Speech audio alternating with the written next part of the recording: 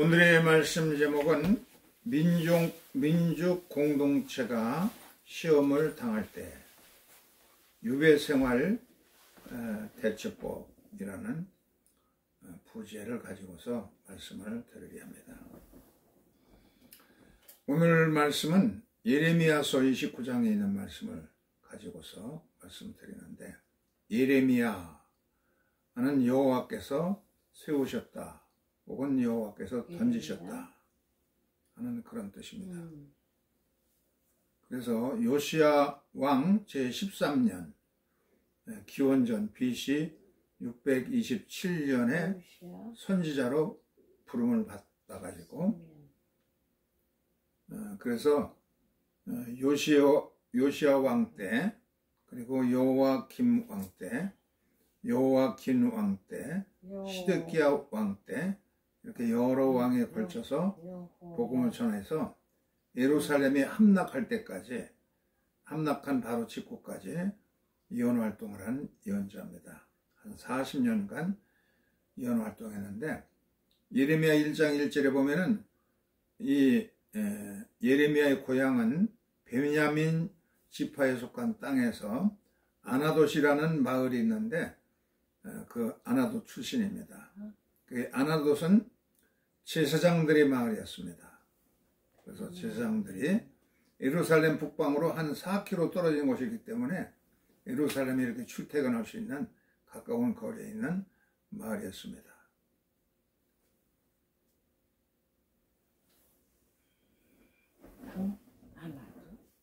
아나돗.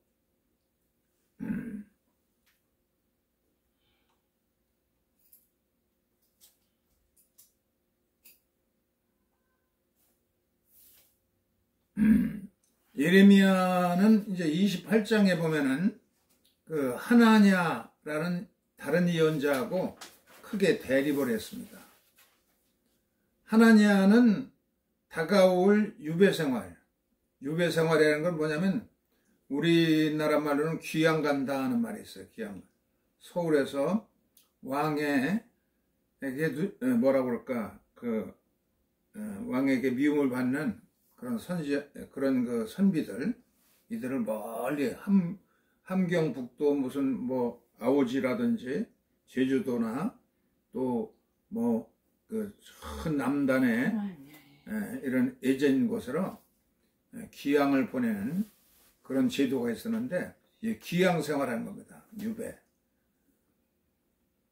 흐를 유자에다가 배, 분배, 나눈다. 이 소울이라고 하는 그런 궁전이 있는 데서부터 멀리 예진 곳으로 가서 거기 가서 살도록 하는 그런 것입니다. 그런데 이 하나냐라고 하는 예언자는 이 유배 생활이 짧을 것이다. 2년 내에 다시 예루살렘으로 돌아올 것이고, 그리고 빼앗겼던 모든 성전의 기구들 다 가지고 오게 될 것이고, 여호와의 능력으로 이렇게 금방 돌아올 테니까 걱정하지 말라. 그렇게 이제 쉽게 예언을 했습니다. 백성들이 환호했어요. 하나님 선지자의 말을 좀 믿어야지. 그런데 예레미야는 이와 같은 환상적인 아주 낭만적인 예언에 대해서 반대를 했습니다. 예레미야는 포로 생활이 길 것이다. 그렇기 때문에 느긋한 마음을 가지고 가서 거기 가서 정착해서 집도 짓고, 또 논밭을 마련해서 농사도 짓고, 그래서 아들을 시집 장가 보내고, 아들 딸을, 그들이 또 아들을 낳으면 또 손자 손녀도 또 장가 보내고 시집 보내고, 그래서 한 4대는 지나가야 돌아온다. 그러면서 70년이 되어야만, 기간이 70년이 되어야만 돌아갈 테니까 길게 잡고 거기서 그냥 아주 집도 짓고, 그리고 농사도 짓고, 식구들도 번성하고, 그래서 인구가 감소되지 않도록 해라. 그런 말을 했습니다. 인구가 감소되는 게 큰 문제입니다. 여기 결혼을 시키라고 그랬는데, 그 며느리를 꼭 유대인을 데려와야 된다. 예루살렘에서 유대인들이 아주 순혈주의들 그런 것을 주장하지 않고 또 며느리들 이 딸들이 결혼하는데 꼭 뭐 유대 남자에게 가라든지 그런 지시도 없고 어쨌든 자기 유대 민족의 그 인구가 감소되지 않도록 하여서 생육하고 번성하고 이 땅에 충만하고 그렇게 해서 부귀영화를 누리면서 그렇게 살고 그리고 너희들이 붙잡혀간 바벨론의 평화를 위해서 기도하라. 그 성읍이 편안해야 왕이 통치를 잘하고 그리고 경제적으로 번영하고 그래야 국민의 고통이 없으면 너희들도 거기 가서 고통이 없고 편안하게 살 것이다. 그러니까 이방 나라의 평안을 위해서 기도하고 그 지도자들이 평안하도록 통치하도록 기도하라. 그렇게 당부를 했습니다. 그러나 예레미야는 이거는 하나님은 거짓 선지자다. 하나님께서 주신 말씀도 아닌데 하나님 여호와 이름으로 말씀을 선포하고 있다. 그러면서 예레미야의 그 예언은 뭐냐면 그렇게 빨리 조급하게 그런 생각하지 버리라. 유배 생활은 매우 길 것이고 그러니까 시집장가 보내고 자식들 손자 손녀도 보고 증손자도 보고 그러면서 70년의 세월이 차야만 들어오게 될 테니까 집도 짓고 또 논밭도 마련하고 농사도 짓고 느긋하게 그렇게 정착해서 번성하며 살아라. 인구가 감소되면 절대로 안 된다. 그런 당부를 하고 있습니다. 그런데 이 예레미야의 간곡한 회개를 촉구하는 그런 말을 시드기야가 어겼습니다. 겉으로는 예 그렇게 하겠습니다 하고 돌아가서는 하나님의 그 신년 선포를 선포했다가 다시 그것을 무효로 하고서는 다시 놓아줬던 풀어줬던 노예들을 다시 잡아다가 부려먹고 그렇게 했어요. 하나님께서 이거 믿게 보셔가지고 예레미야는 결국은 잡혀가지고 느부갓네살 왕 앞에서 그의 아내와 두 왕자를 시드기야가 그런 거지.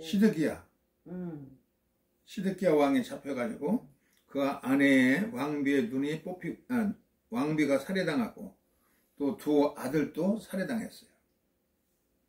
그리고 시드기야의 눈도 뽑혀가지고 쇠사슬 차고서 왕족들, 귀족들 모든 그 땅의 고관대작들 전부 굴비옥듯이 엮여가지고 바벨론을 포로로 끌려가는 것을 예레미야가 목도했습니다.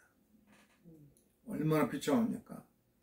칼부림에 죽고 그리고 불에 타서 죽고 성전도 불타고 그 참혹한 현상을 목도하게 됩니다. 그것이 이 티샤브아브 아부월의 9일날 예루살렘이 불탔다 해가지고 티샤브아브라고 합니다. 아부월 7월이나 8월에 해당되는 것인데 그 아부월 9일날 이렇게 참혹한 참사가 일어났어요. 성전이 불탔습니다. 이 티샤브아브는 참 유대 역사하고 굉장히 깊이 연관이 있습니다. 12정탐꾼이 우리는 이제 죽었다. 우리는 거기 팔레스타인에 들어가지 못한다. 그러면서 그냥 전부 울고 하나님의 마음을 아프게 했어요. 너희들이 죽었다고 하는 말이 내 귀에 들렸다. 너희들의 소원대로 너희들이 광야에서 40년 동안 헤매다가 다 죽은 다음에 신세대가 이제 새롭게 나와서 가나안 땅을 정복하게 될 것이다. 라고 그렇게 예언했어요. 그래서 40년 동안을 광야 유랑하게 되죠. 그날도 티샤브아브예요. 정탐꾼에 우리는 죽었다고 그러던 날. 그리고 또 바벨로니아 침입으로 첫째 성전이 불타버린 날, 그날도 이제 티샤브아브, 기원전 586년 티샤브아브 날 성전이 불탔고, 또 로마 군대에 의해서 둘째 성경 헤롯 때의 그 성전이 불타버린 것도 그것도 70년 AD 70년 티샤브 아브 날 불타버렸습니다. 그리고 네 번째 또 재앙은 히드리안 황제 때에 바르코크바 그 저항운동이 일어났어요. 난리가 났는데 그때에도 그 예루살렘이 돼지고기 먹고 그런 거? 응? 티샤브 아브 날 히드리안 황제 그 돼지고기 막 먹이고 그런 거. 아니 그 사람은 아니지. 그리고 그때 이제 바르코크바 난리 때에도 다시 또 예루살렘에 함락됐는데 그때는 게마라에 의하면 유대인의 탈무드에 게마라가 있는데 거기에 보면 그 당시에 그 로마 군대 총사령관이 누구냐면 그 루푸스라는 사람이었어요. 투르누스 루푸스라고 하는 루푸스라고 하는 사령관이 장관이 군대 장군이 있었는데 이 사람이 이제 그 바르코크바 난리를 진압하기 위해서 그 애를 썼는데 그때에 아키바라는 랍비가 있었어요. 유대 유명한 랍비가 있어서 그놈을 잡아야 되겠는데 그래서 처음에 특공대를 100명을 보냈어요. 그 로마 군대의 특공대를 뽑아가지고 이렇게 보냈더니 그들이 전부 다 아키바의 그 제자가 되어 무릎 꿇고 그 제자가 되고 말았습니다. 화가 나가지고 백부장과 100명의 이제 군대를 보냈어요. 그놈을 잡아라, 아키바를 잡아라. 그랬더니 백부장과 100명의 로마 군인들이 또 다 아키바의 제자가 되었어요. 그렇게 계속 그냥 군대를 보내면 천부장이, 만부장이 다 그의 제자가 되는 거야. 그러니까 밤잠 못 자고 있으니까 이 루푸스의 아내가 왜 그렇게 잠을 못 자고 고민을 합니까?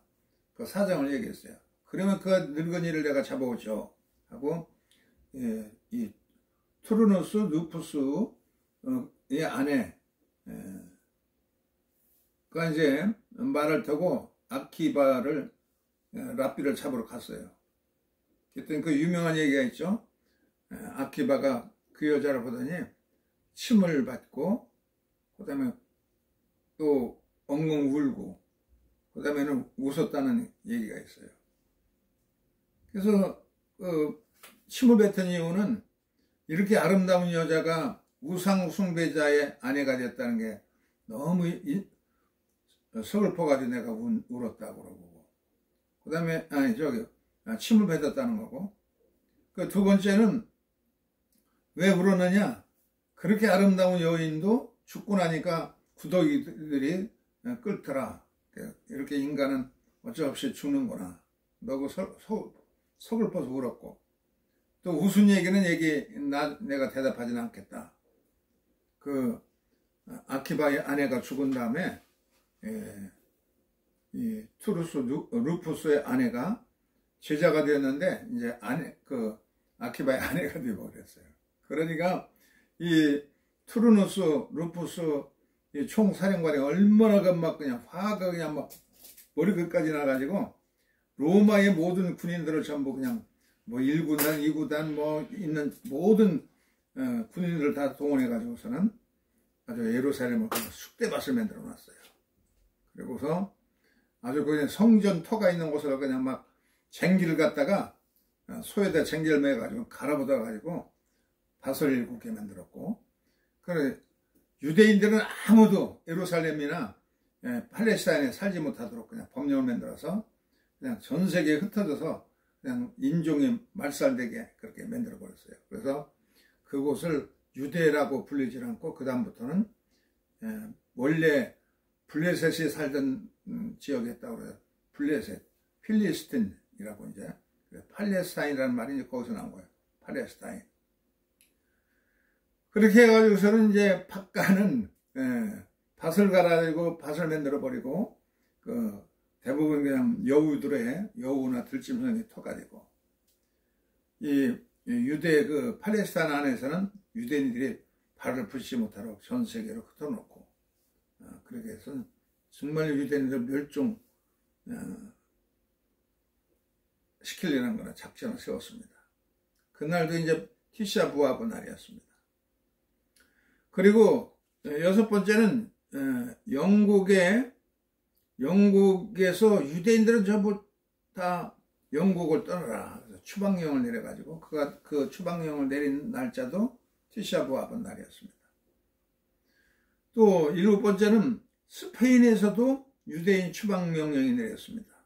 그래서 유대인들이 스페인 모든 영토에서 다 떠나도록 그런 날도 명령을 내린 날이 티샤 부아브 날. 그래서 티샤 부아브 날이 되면 지금도 모두가 어린애부터 모두가 다 금식하면서 엉엉 울면서 그때의 재앙, 우리가 주의 말씀대로 살지 못해서 거룩한 약속의 언약의 땅을 지키지 못했다 해가지고 울음바다 되는 우리말로는 국치일이죠. 국치일. 이런 비극이 있었는데, 그래서 그들이 이제 예루살렘 에레미야 당시에도 이제 그렇게 황제는 두 눈이 뽑혀가지고 쇠사슬에 묶여서 바벨론으로 끌려가고 귀족고 왕족들, 지역의 모든 유지들 잡혀가고 살아있는 사람들은 칼부림을 당해서 죽임을 당하고 불태움을 당하고 성전도 불타고 이런 비극을 목도하게 되었어요. 백성들이 바벨론에 가서 포로 생활하는데 일치하는 사진을 표시하고 있습니다. 그런데 하나냐라고 하는 예언자는 거짓 선자가 되어서 이거 걱정하지 마. 그 사람은 어떻게 됐어? 가서 2년만 있으면 전부 성전 기물 다 가지고 한 놈도 남지 않고 전부 들어올 거야. 그렇게 예언을 해내니까 할렐루야 그러면서 하나님을 환영했는데 예레미야는 이것은 하나님께서 보내신 예언자가 아니다. 그런 거짓말을 했기 때문에 이제 곧 죽게 될 것이다. 그랬더니 그 해에 죽고 말았습니다. 그래서 예레미야는 절대로 이 꿈꾸는 사람들, 그냥 잘났다고 나와서 예언하는 그런 예언자들, 하나님 보내신 자들이 아니기 때문에 믿지 말아라. 하나님은 70년을 기한으로 삼았기 때문에 멀게 긴 안목을 가지고 가서 집을 튼튼하게 지어서 남부럽지 않은 집을 짓고 살고, 그리고 농경지도 마련해 가지고 농사도 지어서 잘 먹고 잘 살고, 또 아들 딸 장가 보내고 손자 손녀도 장가 보내고, 그래서 70년 동안 인구가 더 번성하고 더 생육하고 번성하고 땅에 충만하도록 영향력 있게 살아라. 이제 포로민들에게 포로 생활하는 백성들에게 이제 편지까지 보냈어요. 편지 내용을 보면은 오늘 읽은 말씀이 나오죠. 너희는 집을 짓고 아주 좋은 기와집도 짓고 그냥 그렇게 잘 늘리리 기와집도 짓고, 그래서 거기에 살면서 텃밭을 일구어서 농사도 짓고 그 양떼도 키우고 그리고 열매도 따먹고 그러면서 배고프지 않도록 그렇게 잘 살고, 또 아내를 맞아 드리고 너희들도 아내를 맞아 드리고, 또 차이기 나면은 그 아들 딸도 장가를 보냈고, 그리고 그들도 또 장가를 보내가지고서는 손자 증손자 증손녀를 얻고 인구가 줄지 않도록 해라. 이렇게 당부했어요. 장가를 들을 적에 예루살렘에서 아주 순수한 혈통을 가진 유대인들을 데려다가 결혼하라. 그런 얘기도 없고, 딸들을 시집 보낼 때도 그냥 유대인에게 보내라. 그런 단서도 없고, 단지 생육하고 번성하고 충만케 하라. 시간이 길기 때문에 금방 들어온다고 하는 가짜 예언들, 점쟁이들의 말들, 그런 거 믿지 말아라. 70년이 차야만 될 테니까 그동안에 성경도 연구하고 또 하나님 말씀도 잘 연구해서 지키고 그러면서 살아라. 그래서 이 유배 기간 동안에 70년 동안의 긴 세월을 우리나라는 36년 식민 통치를 받았는데도 그 거의 한국말을 전부 안 쓰고 나이 많은 사람 그 당시에 전부 일본말을 배워가 일본말을 써서 학교에서도 한국말을 못 쓰게 하고 그랬는데 이 70년 동안 유배 생활했기 때문에 히브리 말을 잊어버렸어요. 못 쓰게 하고 안 쓰고 섞여 살아다 보니까 전부 아람어로 쓰게 되어서 예수님 당시까지도 아람어로 썼죠, 유대인들이. 이렇게 이제 세월이 긴 세월 동안 유대 생활하면서 좋은 점은 뭐냐면 이제 뭐 소를 잡거나 송아지를 잡거나 양이나 염소를 잡아서 하느냐. 왜 제사 드릴 제단이 없어요. 성전이 없으니까. 제사장은 있는데 성전이 없으니까 제단도 없고 그 양도 못 잡고 제사도 못 지내고 그렇게 됐습니다. 그래가지고서는 그 있는 게 뭐예요? 성경밖에 없는 거는 성경. 성경을 연구하고 또 제단이 무너졌으니까 가정을 제단을 삼도록 선포했어요. 이제 가정이 제단이다. 촛불 점호하는 것도 이제 여자들이 점호하게 됐어요. 나이가 많은 할머니들이 촛불 점호하면서 자녀들을 일일이 축복해주고 어려운 사람들 위해서 체대카, 자선 헌금도 하고 그래서 가정 식탁을 중심에 식탁이 제단이기 때문에 이렇게 간단한 제사 예배를 가정마다 드리게 했습니다. 그리고 이제 성전이 없으니까 그 대신에 그 모여가지고 성경을 공부하려니까 회당을 지었습니다. 시나고그 회당을 지어가지고 제사장들이 대개 이제 랍비가 되어가지고서 성경을 잘 연구하고 가르치고 이렇게 교리도 가르치고 이렇게 교육을 회당 중심인 그런 교육을 실시하게 되고 유익점이 많이 생겼어요. 그래서 이 긴 기간 동안에 유배 생활하다 보니까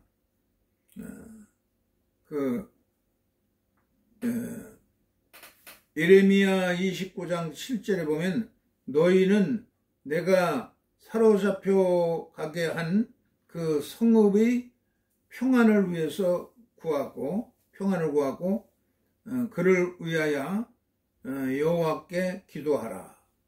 이는 그 성읍이 평안함이 너희도 평안함이기 때문이다.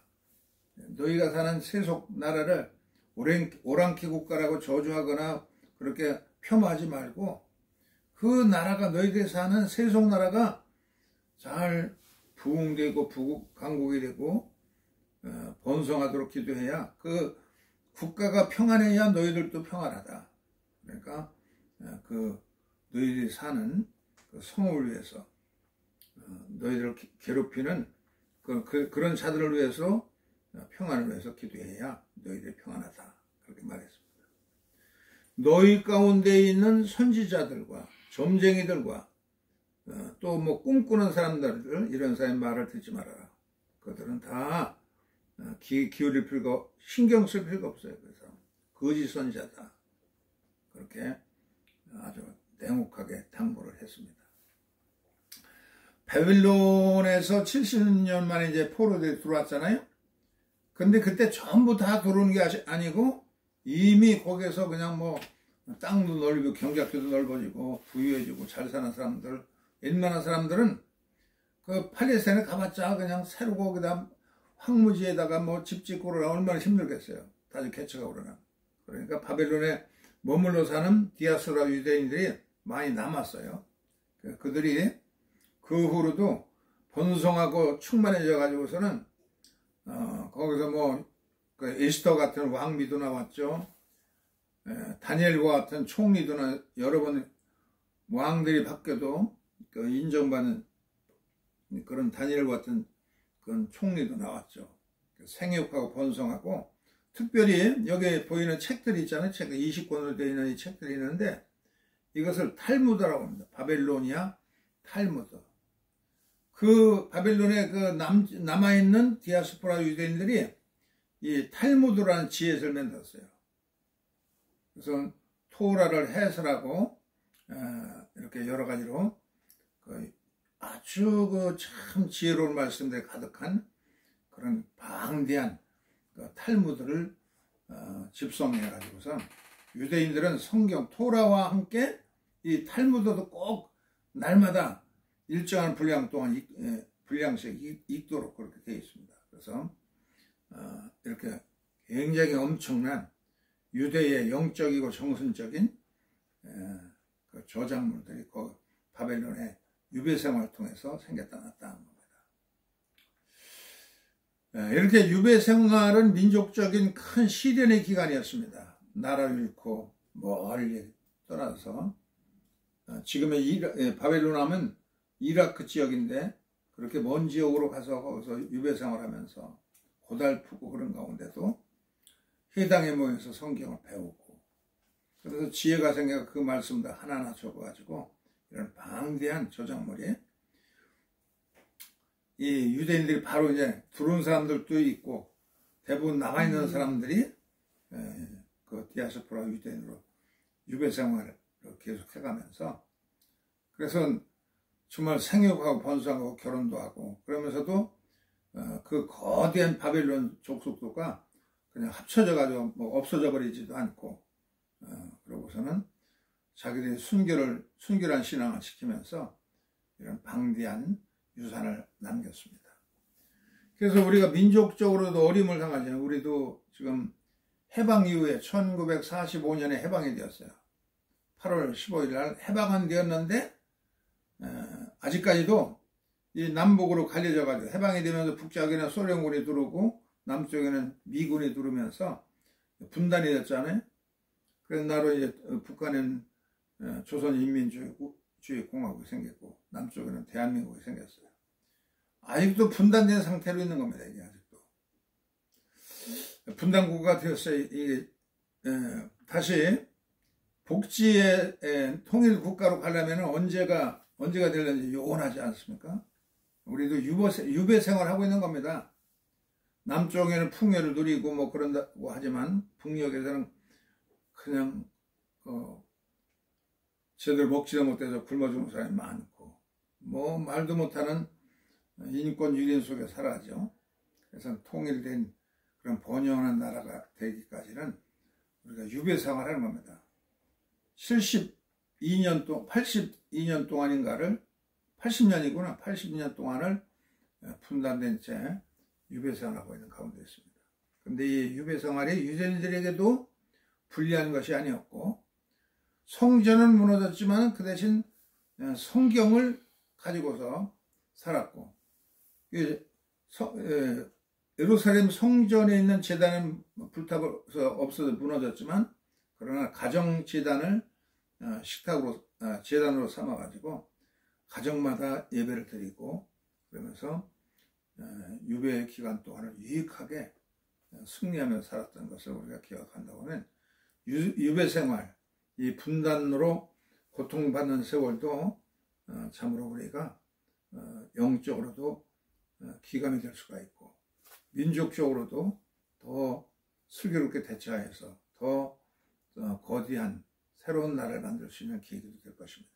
이런 민족적인 재난의 세월, 유배 생활을 하면서도 더 큰 정신력을 가지고 더 새로워지는 신앙에 힘썼던 것처럼 우리의 영성이 깊어지는 역사가 있어서 남북을 통합하는 그런 거대한 영혼으로 거듭나는 날이 나올 수 있도록 우리가 기도하고 이 세속 나라가 평안하고 나라 전체가 건강하도록 구하면 하나님께서 응답해 준다고 했습니다.